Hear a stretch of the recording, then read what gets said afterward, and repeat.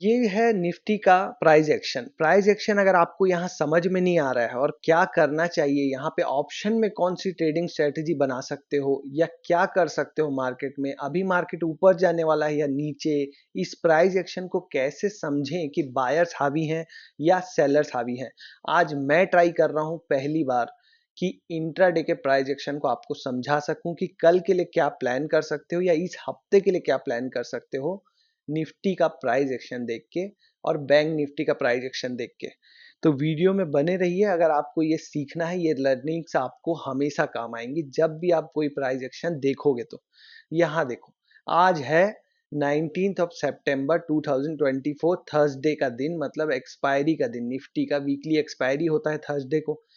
Price action आपको क्या बताता है? जब भी आप प्राइस एक्शन देखते हो तो क्या आप ये देखने की कोशिश करते हो कि बायर्स ज्यादा हावी हो रहे हैं कि सेलर्स ज्यादा हावी हो रहे हैं?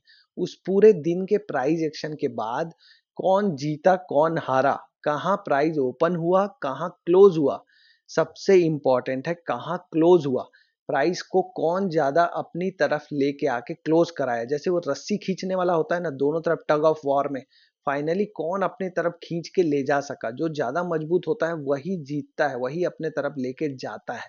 आप चाहे 5 मिनट के कैंडल में देख रहे हो, वीकली चार्ट में देख रहे हो या मंथली चार्ट में देख रहे हो, आपको हमेशा देखना है कि कौन सा बायर या सेलर कौन ज्यादा मजबूत हुआ फाइनल में, क्लोजिंग में। और दिन का मूवमेंट, पूरा मूवमेंट को आपको जज करना है कि क्या हुआ, किसको धोखा दिया गया, किसको फंसाया गया, रिटेल वाले को कैसे फंसाया गया, बड़े आदमी का दिमाग क्या चल रहा है। जब आप ये सब सोचना चालू कर देंगे तो आपको शेयर मार्केट समझ में आने लग जाएगा। देखो, इजी बनाते हैं। यहाँ पे ये एक ब्रेकआउट हुआ था, इस कैंडल को मार्क करो। आपको क्या समझ में आता है? क्या आपको ये समझ में आया था? क्या आप बताना कमेंट करके। ये मुझे ऐसा लगता है मार्केट प्रोबेबिलिटी का गेम है, हो सकता है पूरा पलट जाए। गालियां मत देना, इंजॉय करना कि बड़े जो एक्सपर्ट बनते फिरते हैं यूट्यूब में वो लोग भी गलत हो जाते हैं। और अगर सही हो गया तो आपका फायदा हो जाएगा, क्योंकि मैं आपको एक ऑप्शन स्ट्रेटजी बताने वाला हूँ जो आप डिप्लॉय कर सकते हैं कल जाके मार्केट में, अपना रिस्क रिवॉर्ड सेट करके, अपना एनालिसिस करके। पर मुझे लगता है कि मैं वो करने वाला हूँ, तो मैं आपके साथ वो शेयर करूंगा वीडियो में कि आप वो कैसे बना सकते हो और क्यों बना सकते हो वो भी। यहाँ से प्राइस एक्शन देखो, नीचे गया, यहाँ से मार्केट को नीचे ले जाया गया। मतलब यहाँ से ये जो लेवल है, सेलर्स का लेवल था 25,335। अब जब इस लेवल से नीचे लेके लाया गया मार्केट को, तो ये ब्रेकआउट हुआ।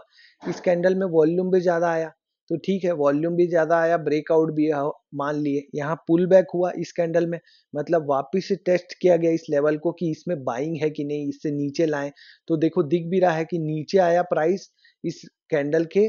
और इस कैंडल को देखो, यहाँ नीचे आया प्राइस लेकिन क्लोजिंग इसके ऊपर हुई, मतलब बायर्स ने यहाँ पे फिर से इंटरेस्ट दिखाया। इस पूरे जोन में बायर्स ने इंटरेस्ट दिखाया, कैंडल को ऊपर ले जाके क्लोज कराया।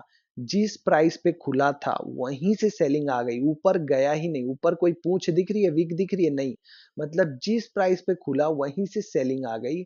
यहाँ पे बायर इंटरेस्टेड नहीं थे इस प्राइस पे, जबकि इस प्राइस पे बायर को इंटरेस्ट होना चाहिए था, पहले वाले दिन की कैंडल देख के लगता है। लेकिन नहीं थे इंटरेस्टेड, प्राइस नीचे आया, बायर्स ने थोड़ी कोशिश करके एटलीस्ट इस ब्रेकआउट लाइन के ऊपर में कैंडल को क्लोज कराया। तो यहां तक चलता है सब कुछ सही, क्योंकि वॉल्यूम भी रेड में कम है, मतलब सेलिंग का प्रेशर यहाँ नहीं है ज्यादा। लेकिन बायर्स भी ज्यादा मजबूत नहीं है। अगले दिन जब ये छोटी कैंडल बनी तो इसमें क्या हुआ देखो जरा। जनरली जब इस टाइप की कैंडल बनती है, इनसाइड कैंडल बोलते हैं वो, इसके अंदर में ये पूरी कैंडल समा गई। ठीक है, इसका हाई को अगर मार्क कर लो, इस ग्रीन कैंडल का हाई मैंने मार्क कर लिया, तो इस रेड कैंडल को देखो, ये पूरा इस बड़ी कैंडल के अंदर था। मदर कैंडल और बेबी कैंडल बोलते हैं इसको, मदर कैंडल और बेबी कैंडल इसके अंदर था ये। तो क्या हुआ होगा, बहुत लोग ऐसी ट्रेडिंग करते हैं कि जैसे ही इसका हाई टूटेगा ना, इस रेंज के बाहर जाएगा मार्केट, हम बाई कर लेंगे। तो जब ये नेक्स्ट डे प्राइस यहाँ ओपन हुआ होगा, आपको पता तो होगा रेड कैंडल में जो बॉडी का जो टॉप होता है वो होता है ओपनिंग प्राइस। और चूंकि ओपनिंग प्राइस से नीचे क्लोज हुआ है इसलिए निगेटिव में है, इसलिए रेड है कलर। अगर ओपनिंग प्राइस के ऊपर है, यहाँ देखो जैसे ग्रीन में यहाँ ओपन हुआ है और ओपन के ऊपर है प्राइस, इसीलिए ग्रीन कलर है कैंडल का। तो यहाँ पे ओपन हुआ है प्राइस, यहाँ से नीचे आया है प्राइस, पहले ऊपर गया है, पहले इस लेवल को तोड़ा है ऊपर की तरफ। तो जो रिटेल वाला था, जो ये अपनी एक स्ट्रेटजी बना के चलता है कि पिछले दिन का हाई जैसे ही टूटेगा मैं यहाँ पे बाई कर लूंगा। 5 मिनट के चार्ट में आप देखोगे जाके, तो इस दिन जब ये हाई टूटा होगा तो बहुत लोग फंस गए होंगे यहाँ। जो लोग स्टॉप लॉस नहीं लगाते वो तो बैठे रह गए होंगे। फिर उनको धोखा दिया गया। इस दिन क्या हुआ, उनको धोखा दिया गया और वापस कैंडल को नीचे लाके यहाँ तक लेके आया गया। कहाँ तक, ब्रेकआउट लेवल तक। अब इस ब्रेकआउट लेवल से फिर से बायर ने इंटरेस्ट दिखाया, फिर से रस्सा कस्सी धक्का मुक्की। अब बायर्स यहां से फोर्स लगा के कैंडल को यहां तक क्लोज करा गए।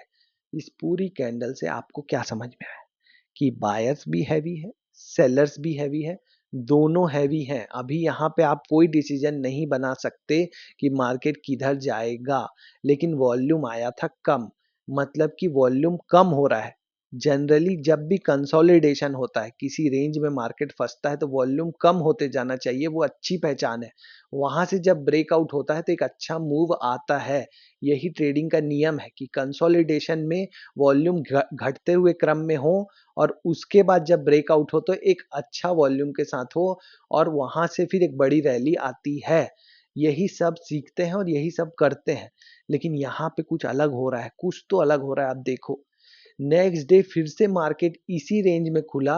अब मान लो आप, इसका रेंज हो गया ये हाई, क्योंकि अब इस हाई को तोड़ेगा तब इसके ऊपर जाएगा। पर नेक्स्ट डे पूरा दिन मार्केट इसके अंदर ही रहा, इस रेंज के अंदर रहा। वॉल्यूम ज्यादा आया, पहले दिन से ज्यादा वॉल्यूम आया, मतलब ज्यादा ट्रेड हुआ। लेकिन कैंडल यहाँ ओपन होती है, ऊपर जाती है, रिजेक्ट होती है वापस यहाँ तक, फिर बायर्स आते हैं और यहाँ तक लाके क्लोज कराते हैं। मतलब सेलर्स और बायर्स दोनों अभी तक डिसाइड नहीं कर पाए हैं कि कैंडल किधर जाएगी।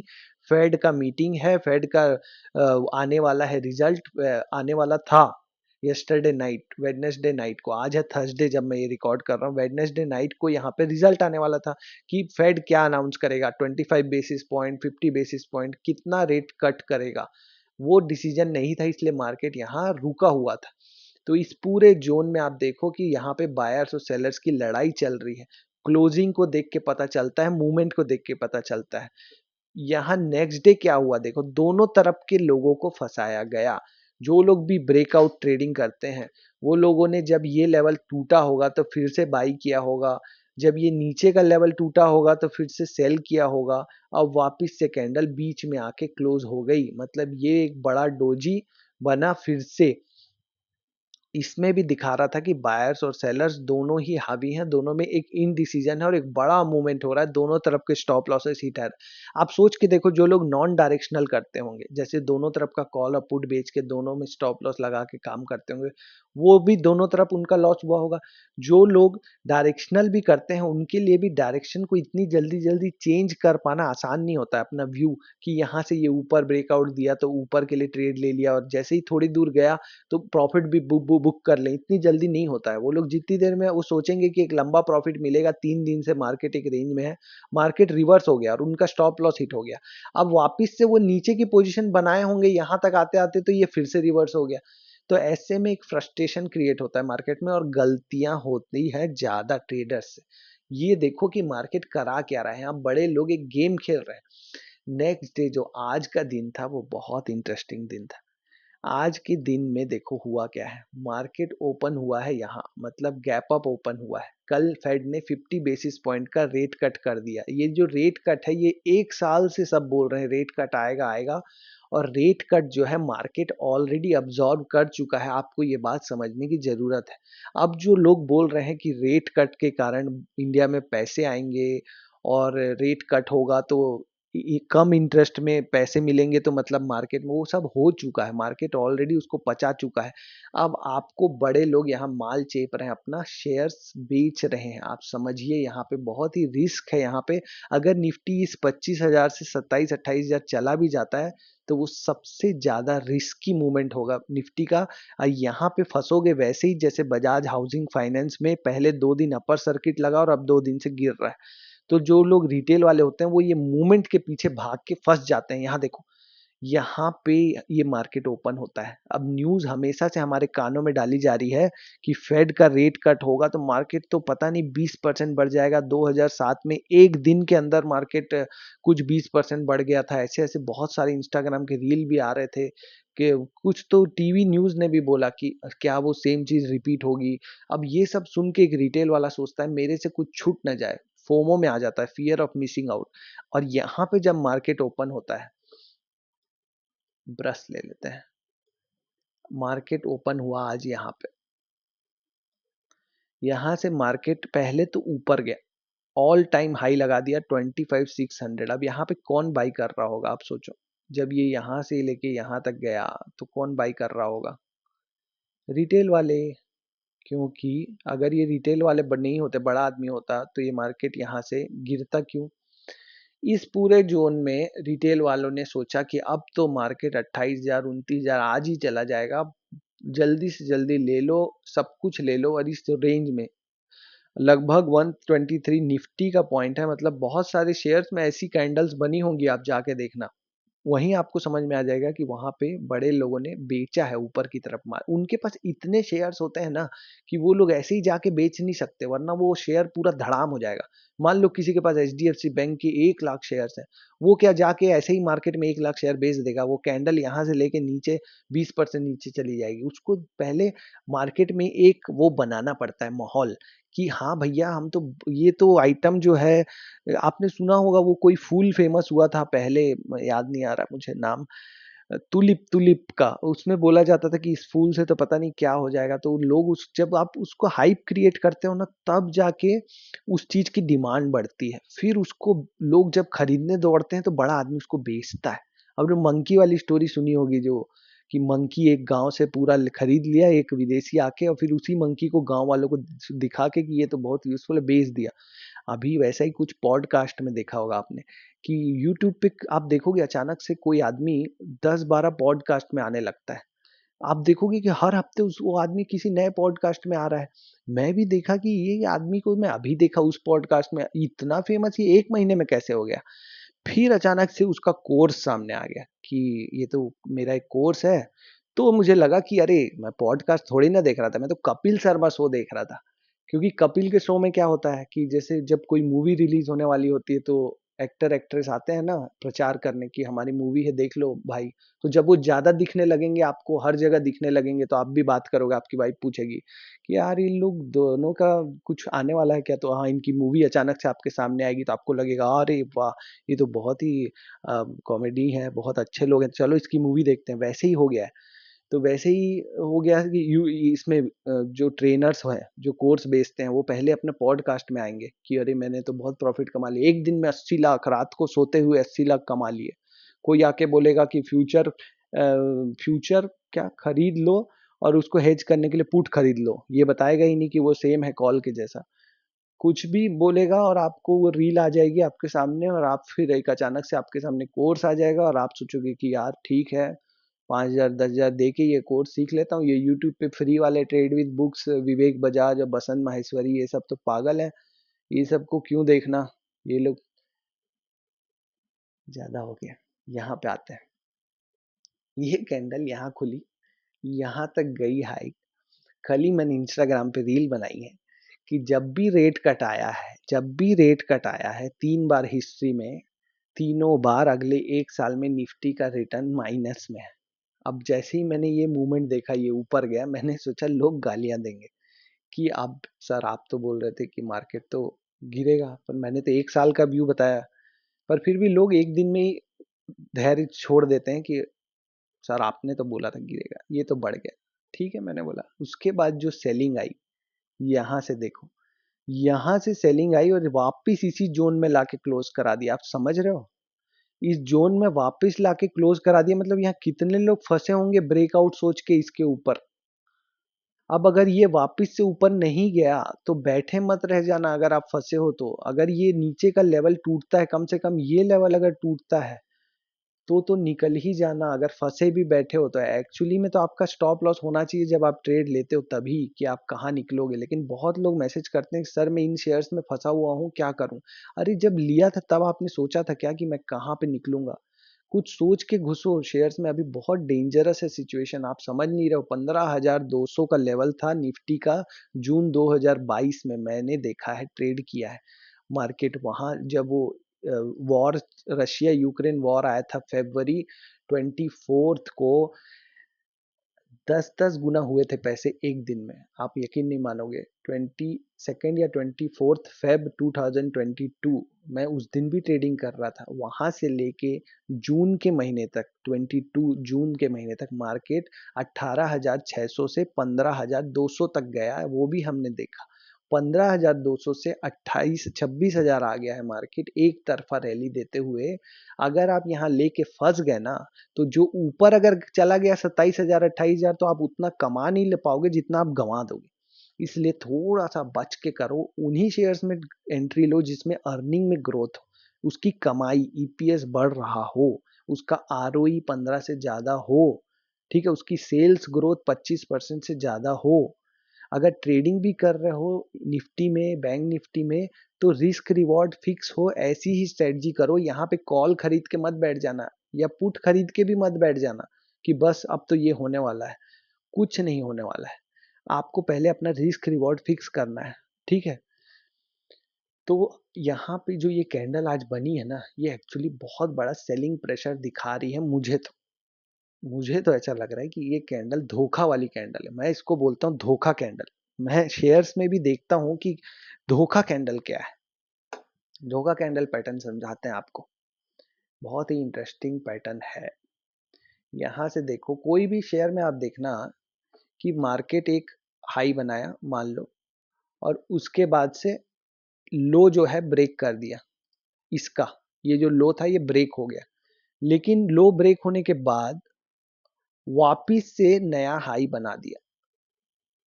अब क्या है, बहुत जो लोग टेक्निकल इंडिकेटर देख के ट्रेड करते हैं, वो लोग जब ये लो टूटा होगा, जब ये लो यहाँ से ब्रेक हुआ होगा, तो या तो शॉर्ट पोजीशन बना लिए होंगे या निकल गए होंगे रिटेल वाले।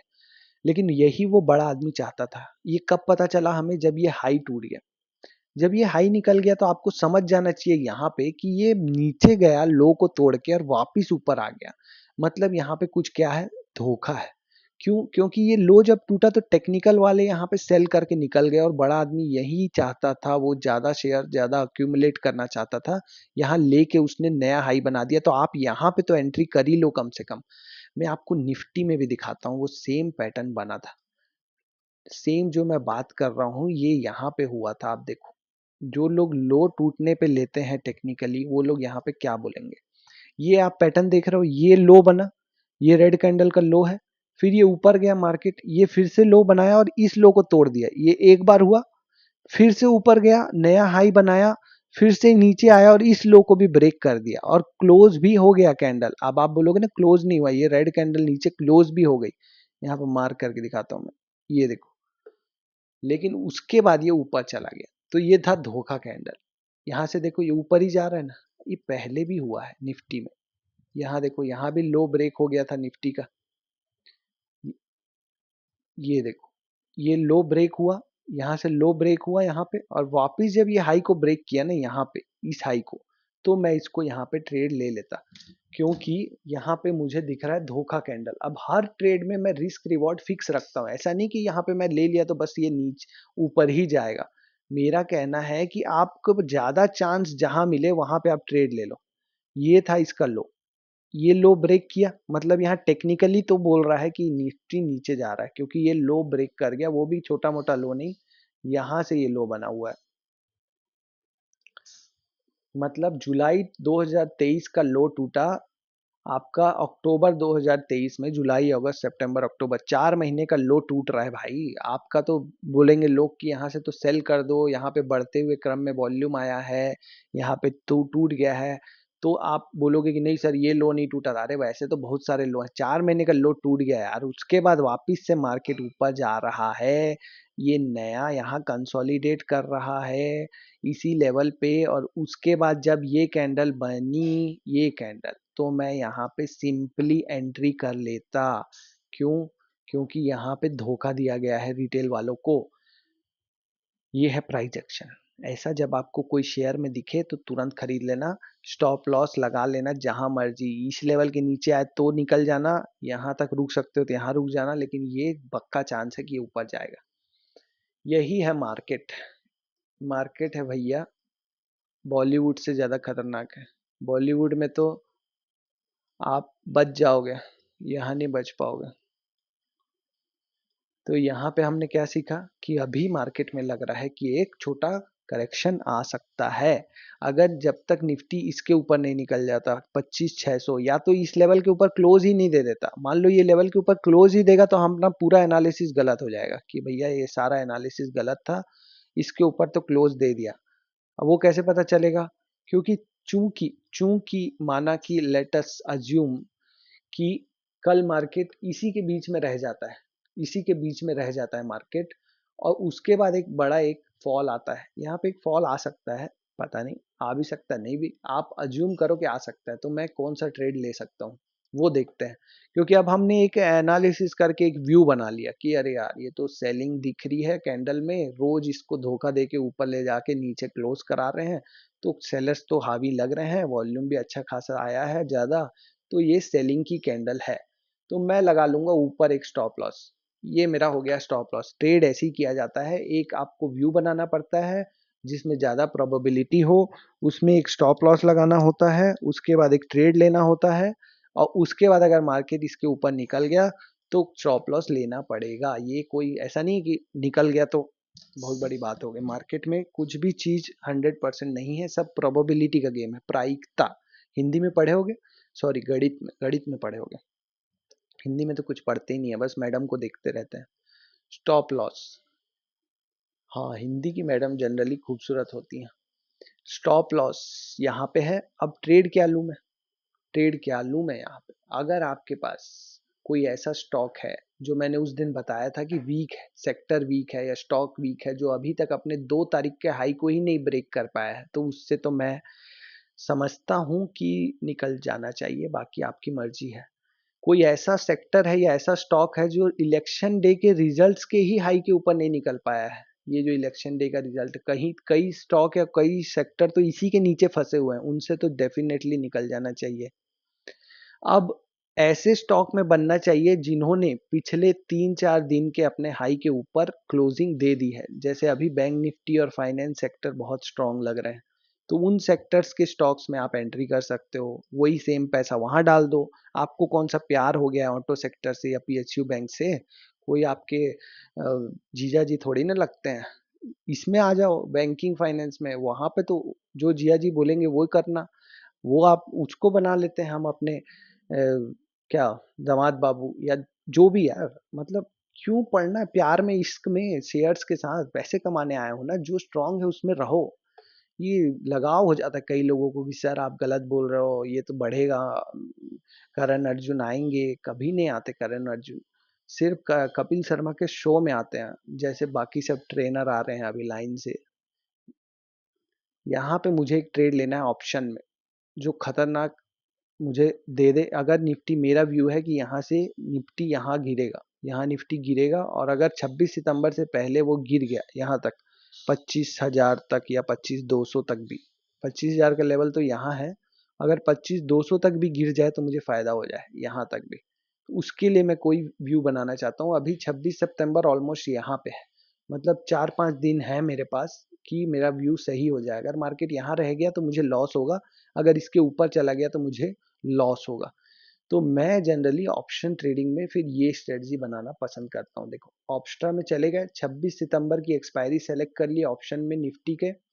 अब यहाँ पे क्या किया, मेरा व्यू है नीचे का, तो मैंने एक पुट ऑप्शन खरीदा 25,400 का, अभी चल रहा है निफ्टी 25,500 के आस, 25,445, तो उससे जो आउट ऑफ द मनी का पुट था, थोड़ा slightly out of the money या ऑलमोस्ट एट द मनी का पुट मैंने खरीदा 114 रुपीज में, और उसको हेज किया नीचे के 400 पॉइंट के एक पुट के साथ हेज किया मैंने, मतलब ये 40 रुपए मैंने अपने बचाए हैं कि अगर नहीं गया तो एटलीस्ट 40 रुपए तो बचे।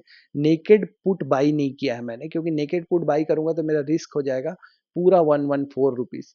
मैंने उसमें से 40 रुपए ले लिया। अगर किसी को और कम रिस्क चाहिए तो वो 25, 100 या 200 का भी पुट बेच सकता है, तो उससे रिस्क और भी कम हो जाएगा। मैं आपको वो भी करके दिखा देता हूँ। अगर आप ये करेंगे 25,400 का पुट खरीदेंगे, 25,000 का पुट बेचेंगे, 25,400 का पुट खरीदा, 25,000 का पुट बेचा, 25,000 का पुट बेचा, 25,400 का पुट खरीदा, क्योंकि हमारा व्यू है कि नीचे जाएगा निफ्टी। ऐसे मैं आपको बता रहा हूँ कि कैसे आप ऑप्शन में ट्रेड कर सकते हो, या आपकी व्यू के हिसाब से स्ट्रेटजी बना के सिंपल एक तरीके से ट्रेड रख सकते हो। अब ये कब तक के लिए है? नेक्स्ट थर्सडे तक के लिए। आज है थर्सडे, नेक्स्ट थर्सडे की एक्सपायरी तक। अब मेरा रिस्क क्या है? 1866 रुपये, मतलब लगभग ब्रोकेज जोड़ के 2,000 रुपये का रिस्क है मेरा। 2000 मैंने अपने व्यू के नाम पे रिस्क लिए। अगर निफ्टी अगर निफ्टी यहाँ के नीचे आ गया, मतलब ये रेंज है लगभग लगभग 25,000, 25,000, यहाँ कर लेता हूँ मैं, ऊपर कर लेता हूँ 25,000, यहाँ देखो इस रेंज 25,000 के नीचे रहा तो मुझे पूरा प्रॉफिट होगा 8,000 का। अगर 25,000 के नीचे आ गया तो मेरे व्यू के हिसाब से। अगर मार्केट 25,323 के नीचे रहा, कहाँ 25,320, अभी कहाँ है? अभी है मार्केट 25,445, 25,450। और मैं कहाँ की बात कर रहा हूँ? 25,300 पकड़ लो, 25,300 मतलब 150 पॉइंट भी नीचे रहा तो मुझे कुछ तो फायदा होगा ही। जैसे जैसे और नीचे जाएगा मेरा फायदा बढ़ते जाएगा। और अगर कहीं 25,000 के नीचे चला गया, जैसा मैं सोच रहा हूँ कि ज्यादा सेलिंग आ गई, तो मेरा 8,000 का फायदा हो जाएगा, जो कि मेरा 2,000 का रिस्क है। तो 1:4 का मेरा रिस्क रिवॉर्ड है। अगर मैं इतना अच्छा प्राइस एक्शन देखना जानता हूँ तो 50% टाइम तो सही हो ही जाऊंगा। अगर मैं हर 50% टाइम सही होऊंगा तो हर 10 में से 5 ट्रेड सही होंगे। अगर 5 ट्रेड सही होंगे तो जब सही होऊंगा तो मैं हो सकता है ज्यादा कमाऊं, जब गलत होऊंगा तो कम लॉस करूं। यही है पूरा स्टॉक मार्केट। ऐसा कुछ नहीं है कि ये सही होगा, पर रिस्क रिवॉर्ड देख के, अपना एक प्राइस एक्शन देख के, इंडिकेटर देख के, या व्यू देख के, न्यूज देख के नहीं, आप एक व्यू बनाते हो और उस पे एक ट्रेड लेते हो। आइदर ऑप्शन के थ्रू लेते हो या शेयर के थ्रू लेते हो। अब नीचे जाने के लिए शेयर के थ्रू तो ले नहीं सकते। आप शेयर में भी पुट खरीद के पुट बेच सकते हो, शेयर में भी हो सकता है, लेकिन शेयर में लिक्विडिटी का इशू है। हो सकता है जिस शेयर में मैं पुट खरीदूं उसमें पुट ऑप्शन में लिक्विडिटी ना हो। और फ्यूचर में सेल नहीं करूंगा, क्योंकि फ्यूचर में बहुत ज़्यादा रिस्क है। अगर मार्केट अगले दिन अपर सर्किट लगा दिया तो वो जो शेयर में फ्यूचर बेचूंगा तो फिर तो वारे न्यारे हो जाएंगे। फिर तो ये चैनल भी बंद करना पड़ेगा, क्योंकि चैनल से कमाई हो नहीं रही, सब कुछ तो फ्री में है। और वहां भी लॉस हो जाएगा, तो वहां तो फायदा कमाना जरूरी है अगर चैनल फ्री में चलाना है तो। नहीं तो फिर कपिल शर्मा शो में जाना पड़ेगा, जो बहुत सारे पॉडकास्ट है ट्रेडर्स के। वो बुलाएंगे नहीं मुझे, क्योंकि मैं कोलैबोरेट नहीं कर रहा उनके साथ। मेल पे मेल डाले जा रहे हैं। ठीक है, तो समझो बात को, समझो बात को, टाइम है अभी भी। वरना पैसे नहीं बचेंगे। जब मार्केट में पैसे लगाने का टाइम आएगा, जब मैं बताऊंगा कि निफ्टी आ गया 20,000 22,000, लगाओ पैसे, ये सेक्टर मजबूत हैं, ये स्टॉक मजबूत है, तो पैसे ही नहीं बचेंगे। तो कहाँ से लगाओगे? अभी बचाओ पैसे। ठीक है, अभी ये सब करो। अगर नीचे जाएगा, अगर ऊपर चला गया तो 2,000 का लॉस नहीं हो जाएगा। मान लो, चलो हाइपोथेटिकली मानते हैं कि कल ही मार्केट नया हाई बना दिया, आपने बनाया स्ट्रेटजी और इतनी खराब किस्मत कि कल ही ऊपर चला गया, तो क्या कल ही पूरा 2,000 लॉस हो जाएगा? क्या नहीं होगा जी। कल अगर ये चला गया इसके ऊपर, देखो 25,600 था ना अपना स्टॉप लॉस, कहाँ है? ये देखो 25,600 के ऊपर मान लो कल निफ्टी क्लोज कर दे, और मैं मान लो 3:25 पे, ये ट्रेड अब मुझे समझ में आ गया कि मेरे स्टॉप लॉस के ऊपर चला गया है, तो मैं ये ट्रेड क्लोज करना चाहता हूँ। क्योंकि अब आज तो मंडे है, या आज तो फ्राइडे है, और ऑलरेडी मेरा ट्रेड के ऊपर चला गया है निफ्टी। तो मैं अब तो समझ गया ना कि मेरा व्यू गलत था, तो मैं क्यों रहूंगा इसमें। तो मेरा 700 रुपये का लॉस हो गया। जो ब्लू कलर के बॉक्स में दिख रहा है ना आपको, 700 रुपये के आसपास, 2,000 नहीं हो जाएगा। 2,000 अगर आप लास्ट दिन तक रखे रहेंगे, और अगर निफ्टी इसके ऊपर रहेगा आपके इस लेवल के 25,329 के, तो आपको 2,000 का लॉस होगा। अब इतना लॉस तो दे लेना बनता है ना यार, क्या है। इतने प्रॉफिट, इतना रिस्क, इतना सब एनालिसिस के बाद अब ये ट्रेड सबसे सिंपल लगता है मुझे। अब कैलेंडर स्प्रेड और दुनिया भर के स्प्रेड हैं ऑप्शन में, लेकिन ये सबसे सिंपल है। चैन की जिंदगी, आपका एनालिसिस सही है, अब सही है तो सही है, नहीं है तो नहीं है। तो ये था पूरा वीडियो। ठीक है, बैंक निफ्टी देख लेते हैं जल्दी से। नहीं, इसमें एक और चीज़ बतानी थी। अगर आप ये 2500 की जगह कुछ और कम रिस्क लेना चाहते हो तो क्या कर सकते हो? आप खरीद सकते हो 25,100 का पुट ऑप्शन, सेल कर सकते हो आप। ठीक है, जैसे आप 25,100 का सेल करोगे, आपका रिस्क हो गया 1,500 रुपये, रिवॉर्ड भी कम हो गया 6,000। 1,500 का रिस्क लेना है तो इसको सेल कर दो। अगर इसको दिसंबर के साथ बनाओगे, अगर आपको लगता है कि दिसंबर तक निफ्टी यहाँ से करेक्ट करेगा ही कभी ना कभी, तो आप इसको सेम काम कर सकते हो। 25,000 का पुट आप खरीद सकते हो, 24,000 का पुट बेच सकते हो दिसंबर एक्सपायरी का निफ्टी का। वहां पे भी अच्छा रिस्क रिवॉर्ड मिल जाएगा। करके देखें। टाइम ज़्यादा हो गया वीडियो के लिए, मैंने परमिशन ली थी वाइफ से 10 मिनट की। और वीडियो पता नहीं कितने मिनट का हो गया, यहाँ तो कहीं दिखा भी नहीं रहा। मैं बोलना चालू करता हूँ तो यही दिक्कत हो जाती है, इसलिए मैं बनाता नहीं डेली के वीडियोस, डांट पड़ती है उसके बाद। 25,000 का पुट अगर हमने खरीदा 26 दिसंबर का, बाई बाई बाई भाई भाई भाई, इसको डिलीट करो भाई। दिन भर ये करते रहा करो, ट्रेड करने का मन ही नहीं करेगा, इसी का प्रॉफिट लॉस देख के मजा आने लगेगा। ये देखो, ये तो हो गया सिंपली। अगर खरीदा मैंने 25,500 का पुट, नहीं 25,500 का पुट, इस सितंबर का हो गया यार, दिसंबर एक्सपायरी कर लेना है। 25,000 का पुट, इसको कर देते हैं डिलीट। अब ये 9,000 का रिस्क है, अनलिमिटेड फायदा है 32%। अब इसको हेज करना है तो मैं क्या करूंगा, इसके नीचे का 24,000 का पुट बेच दूंगा। ये हो गया मेरी सिंपल सी स्ट्रेटजी दिसंबर का। दिसंबर दिसंबर दिसंबर लॉन्ग टर्म ट्रेड है ये। 26,000 का सेल हो गया यार। इसका इंटरफेस मुझे मजा नहीं आ रहा। सब सही, ठीक है। ये बन गया स्ट्रेटजी। 4,600 का रिस्क, 20,000 का फायदा, ब्रेक इवन है 24,815, पास में ही है। अगर निफ्टी में एक फॉल आता है तो 24,815 को तो इजीली क्रॉस कर देगा यहाँ से। तो जैसे ही क्रॉस करेगा यहाँ पे, मान लो पूरा प्रॉफिट नहीं भी हो रहा होगा, मुझे 15,000 भी प्रॉफिट हो रहा होगा, तो मैं खत्म कर दूंगा यहाँ पे 13-12-13,000 में भी। ये नहीं कि मैं लास्ट दिन तक बैठे रहूंगा दिसंबर तक। मान लो अभी निफ्टी गिर गया 10 दिन के अंदर, इस कभी भी इसके नीचे आया 23,600 700 यहाँ आ गया तो इतना होगा। अगर 24,300 भी आ गया गलती से, तो 8,000 का प्रॉफिट है जो मैं ले लूंगा। आधा प्रॉफिट हो रहा है तो मैं क्यों रिस्क में रखूंगा। और ये देखो, अगर आपका निफ्टी ऊपर भी चला गया ना थोड़ा, ये 25,860 यहाँ पे, अगर कल परसों में, तो भी आपको फायदा ही हो रहा है। तो 25,600 के ऊपर जैसे ही निकले, आप अपना ट्रेड खत्म कर दो, क्योंकि आपका व्यू ही खत्म हो गया 25,600 के ऊपर। अब वहां पे भी प्रॉफिट दिखा रहा है, वहां पे भी देखो प्रॉफिट दिखा रहा है। ये तो बहुत अच्छी स्ट्रेटजी बन गई। मैं तो, मुझे खुद नहीं पता चल रहा कि चमत्कार हो गया, मतलब बनाते बनाते चमत्कार हो जा रहे हैं वीडियो में। 25 के 600, मतलब ऊपर भी गया तो भी फायदा, नीचे भी गया तो भी फायदा। तो सेबी वाले बैन कर देंगे मुझे तो, कि बोलेंगे कि दोनों साइड फायदा नहीं दिखा सकते आप, एक ही साइड दिखाना पड़ेगा, वरना ट्रेडिंग वालों की क्लास बंद हो जाएगी। मुझे भी समझ में नहीं आ रहा कैसे हो गया। आप बना के देखो, हो सकता है होता हो। क्योंकि जो ऑप्शन जो बेचा है ना हमने, वो ज़्यादा गिरेगा अगर मार्केट ऊपर भी गया तो। टाइम के साथ वो जो बढ़ा, जो हमने खरीदा है ना ऑप्शन, उसका रेट ऑलरेडी कम है। मार्केट में एक व्यू है कि ऊपर जाएगा, तो कॉल ऑप्शन महंगे हैं, पुट ऑप्शन सस्ते हैं, इसीलिए पुट ऑप्शन का रेट ही कम है जो बाई किया है हमने। तो वो और कितना गिरेगा बेचारा, कुछ तो बचा के रखेगा अपनी इज्जत दिसंबर तक। इसीलिए ये हाल है कि ऊपर भी जा रहा है मार्केट तो फायदा है, नीचे का व्यू बनाने में अभी ये फायदा है। अगर ऊपर का व्यू बनाएंगे ना तो रिस्क ज्यादा आएगा, क्योंकि ऊपर तो सभी को लग रहा है होगा। तो बांग्लादेश जीतेगा ये तो सभी बोलते हैं ना, सॉरी इंडिया जीतेगा ये तो सभी बोलते हैं ना, तो उसको क्यों फायदा देना। जो बांग्लादेश जीतेगा बोल रहा है, नीचे जाएगा निफ्टी, उसको फायदा देना। ये था पूरा वीडियो।